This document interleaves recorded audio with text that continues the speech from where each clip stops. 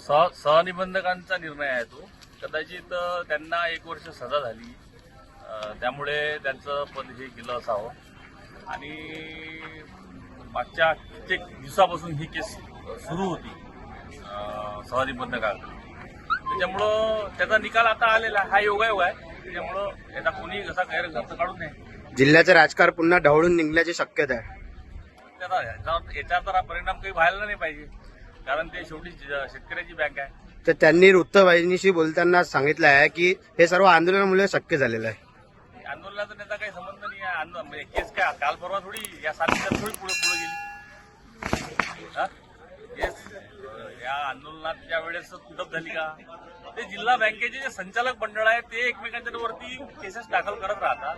त्याच्यात कोणता राजकीय हस्तक्षेप नाही किंवा राजकीय व्यक्ती किंवा भारतीय जनता पार्टीचा तर विषयच नाही. त्याच्यामुळं त्यांचं पद गेलं काय राहिलं काय आम्हाला काही सोर्स नाही. अपात्र तुम्ही अपात्र म्हणून त्यांनी केलेलं आहे, काय नेमकं तुम्ही सांगाल? आता अपात्र मला केलं हे तुम्ही मला सांगा. मला तर काही पाहिजे का नाही?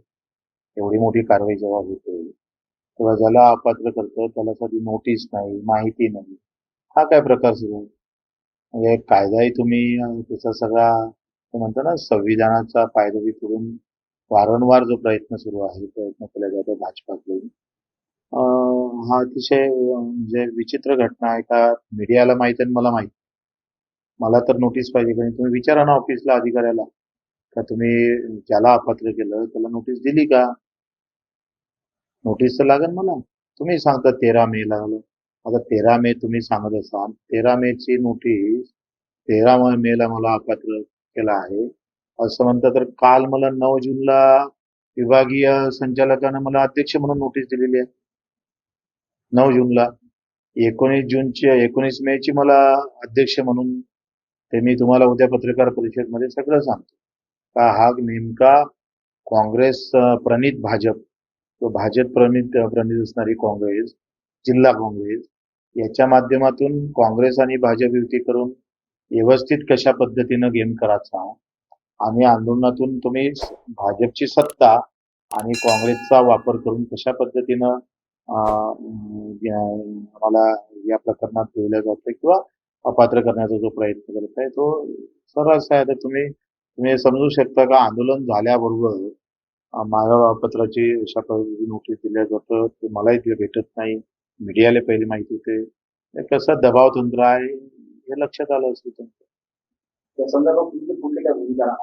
आता कोर्टात जाऊ, न्यायालयामध्ये जाऊ, न्यायालय मध्ये आम्ही न्याय मागू, त्याच्यातून आम्हाला रिलीफ भेटेल.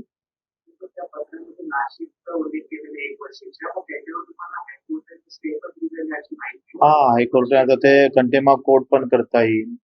आता जो ज्यानं हे केला तो नागपूरचाच आहे, जीटी विभागीय निबंधक, आणि तो एका मंत्र्याचा नातीक पण आहे. त्याच्यानं कदाचित ते सगळे धागेदोरे आता लक्षात येईल.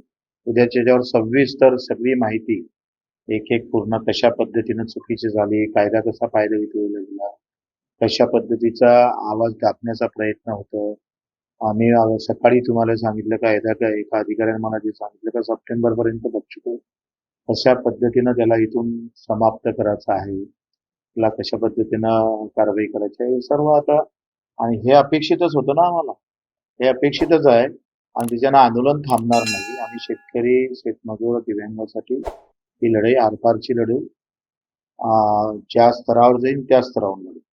तुम्ही सकाळीच म्हणाले होते की मला बँकेच्या काही संचालकांकडून सांगण्यात आलं की तुम्ही आवाज बोलू नका, तुमच्यावर कारवाई होऊ शकते.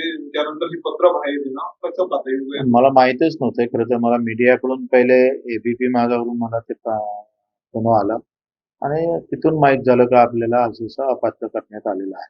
अद्यापही माझ्यापर्यंत कुठलीही नोटीस नाही. ती नोटीस आल्यानंतर आम्ही कोर्टात जाऊ आणि त्याच्यावर उत्तर देऊ. काही संचालक मंडळी सांगत होते का बा तुम्ही अशा पद्धतीनं बोलू नका, ते आपल्याला बँकेच्या अध्यक्षपदावरून काढू शकतं. म्हणलं बँक ही शेतकऱ्याची आहे आणि शेतकऱ्यासाठीच मी जर बोलत नसेल तर त्या अध्यक्षपदाची काही अर्थ उरत नाही. आम्ही हे बोलत राहू. हो, आंदोलन दरम्यान असं तुम्हाला सांगण्यात आलं होतं की कारवाया होणार आहेत, त्या पद्धतीनं राज्यात आंदोलन खूप पेटलेलं होतं. मी सांगितलं ज्या अधिकाऱ्यानं मला सांगितलं त्या अधिकाऱ्याला मुद्दामून मला सांगायला लावलं आहे, हे लक्षात घ्या. त्याच्या देखतात हे मुद्दामून बोललेले आहे तिघे जण, आणि ते तिघे जणांना त्या अधिकाऱ्याला माहित होईल आणि तो अधिकारी मला सांगणार, आणि म्हणूनच त्या म्हणजे अस्पष्ट धमकीच होती ती सर्व.